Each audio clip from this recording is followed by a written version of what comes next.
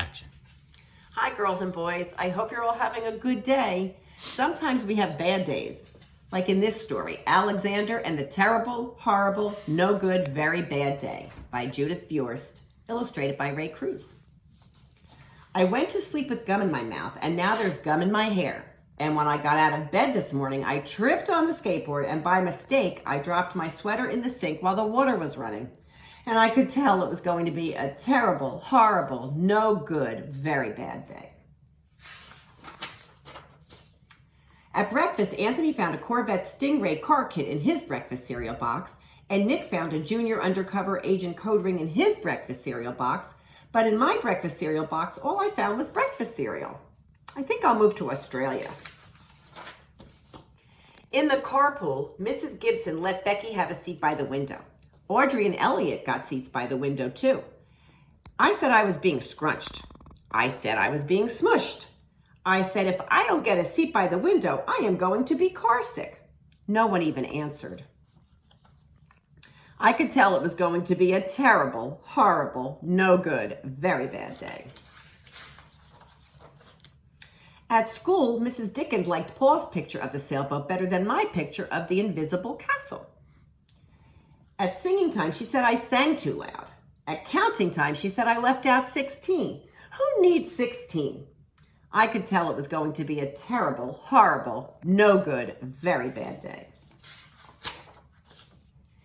I could tell because Paul said I wasn't his best friend anymore.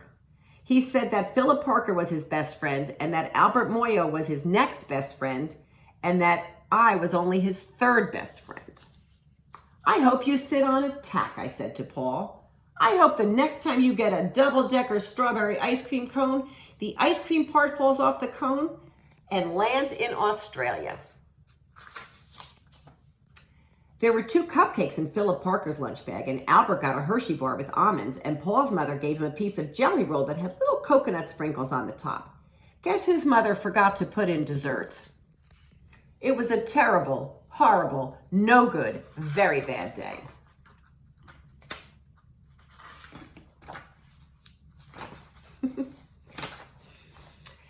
That's what it was, because after school, my mom took us all to the dentist, and Dr. Fields found a cavity just in me. Come back next week and I'll fix it, said Dr. Fields. Next week, I said, I'm going to Australia.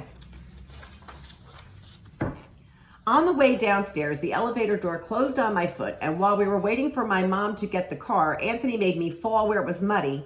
And then when I started crying because of the mud, Nick said I was a crybaby, and while I was punching Nick for saying crybaby, my mom came back with the car and scolded me for being muddy and fighting. I'm having a terrible, horrible, no good, very bad day, I told everybody. No one even answered. So then we went to the shoe store to buy some sneakers. Anthony chose white ones with blue stripes. Nick chose red ones with white stripes. I chose blue ones with red stripes, but then the shoe man said, we're all sold out. They made me buy plain old white ones, but they can't make me wear them. When we picked up my dad at his office, he said I couldn't play with his copying machine, but I forgot.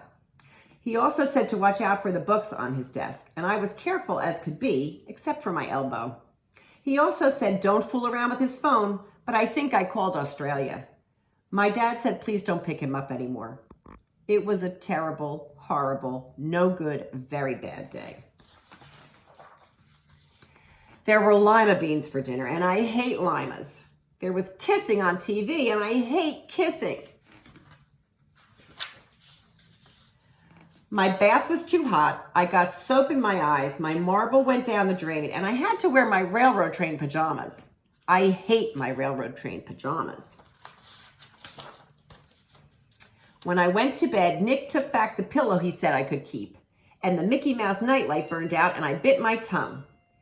The cat wants to sleep with Anthony, not with me. It has been a terrible, horrible, no good, very bad day.